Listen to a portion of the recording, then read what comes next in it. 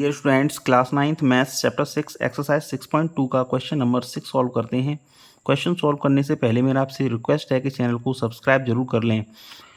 Question पर आते हैं। फिगर दे रखा है। फिगर में P Q and R S दो मिरर्स हैं जो कि पैरेलल प्लेस किए हुए हैं। पी क्यू मिरर के बी पॉइंट पर एक incident ray A B strike करती है। स्ट्राइक करने के बाद ये बी पॉइंट से अगेन रिफ्लेक्ट होती है। रिफ्लेक्ट होने के बाद ये सी पॉइंट पर अगेन स्ट्राइक करती है।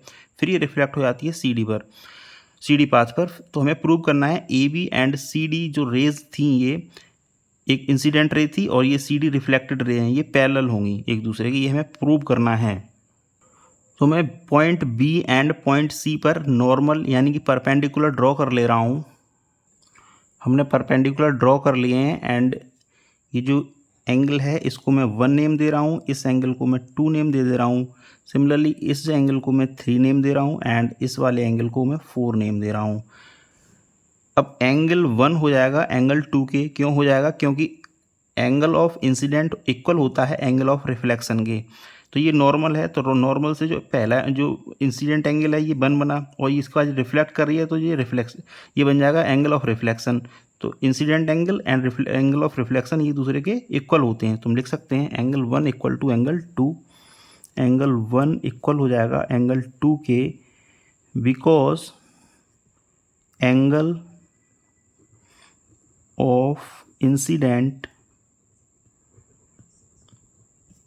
is equal to angle of reflection. Angle of reflection, इसको हम इक्वेशन नंबर 1 मान रहे हैं। सिमिलरली पॉइंट सी पर देखिए तो जो एंगल 3 बन रहा है ये एंगल ऑफ इंसिडेंट हो जाएगा एंड जो 4 एंगल नंबर 4 वाला जो एंगल है ये एंगल ऑफ रिफ्लेक्शन हो जाएगा। तो ये भी इक्वल हो जाएंगे सेम रीजन से। तो लिख सकते हैं हम एंगल 3 इक्वल टू एंगल 4, इसको हम इक्वेशन नंबर 2 कंसिडर कर रहे हैं। सेम रीजन है angle of incident equal to angle of reflection. अब आप देखिए एंगल 2 एंड एंगल 3 को। एंगल 2 एंड एंगल 3, ये angle 2 and angle 3 alternate angles हो जाएंगे। क्यों? देखिए इस अगर मैं नॉर्मल ड्रॉ कर रहे हैं, पहला नॉर्मल ये बी पॉइंट पर है एंड सी पॉइंट पर ये नॉर्मल, इन दोनों को नॉर्मल इन दोनों को मैं पैरेलल लाइंस मान लूँ क्योंकि नॉर्मल है परपेंडिकुलर है। तो ये दोनों पैरेलल्स हो जाएंगे एंड बी सी को ट्रांसवर्सल मान लिया जाए तो एंगल 2 एंड एंगल 3 ये एक दूसरे के इक्वल हो जाएंगे बिकॉज ऑफ अल्टरनेट एंगल्स। तो लिख सकते हैं हम and angle 2 equal to angle 3, इसको मैं इक्वेशन नंबर 3 मान रहा हूँ बिकॉज रीजन लिख दे रहे हैं इसका, because alternate angles, alternate angles. अब आप इक्वेशन देखिए, एंगल 1 इक्वल है एंगल 2 के एंड एंगल 2 इक्वल है एंगल 3 के एंड एंगल 3 इक्वल है एंगल 4 के। तो हम बोल सकते हैं एंगल 1 इक्वल हो जाएगा एंगल 4 के। अगेन समझिए एंगल 1 एंगल 2 के इक्वल है, एंगल 2 एंगल 3 के इक्वल है एंड एंगल 3 एंगल 4 के इक्वल है। तो हम बोल सकते हैं एंगल 1 इक्वल टू एंगल 4। लिखेंगे from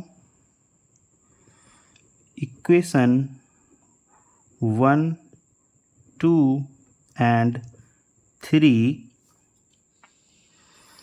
angle 1 equal to angle 4। अब मैं क्या करूँगा, दोनों साइड में 2 का मल्टीप्लाई कर दूंगा। इसको लिख सकता हूँ ट्वाइस ऑफ एंगल 1 एंड इसको लिख सकता हूँ ट्वाइस ऑफ एंगल 4।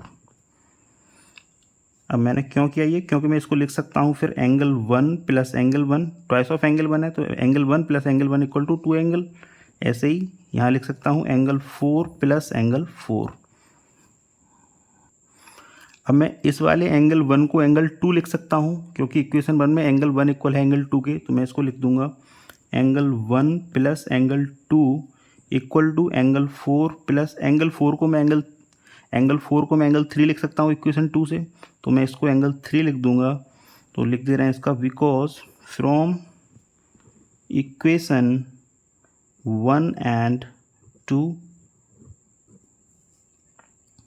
अब आप फिगर देखिए, एंगल 1 प्लस एंगल 2 मीन्स ये टोटल जो एंगल हो जाएगा वो हो जाएगा A B C.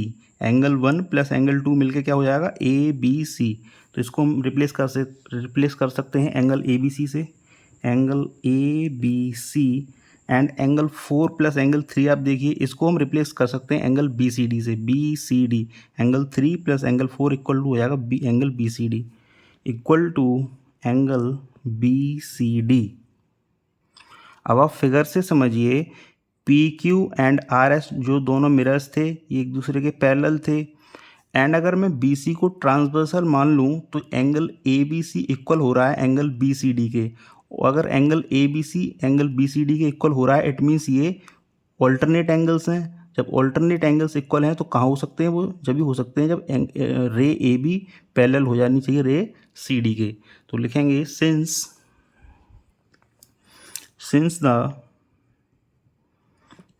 the alternate angles are equal, hence AB parallel to CD। यही हमको प्रूव करना था।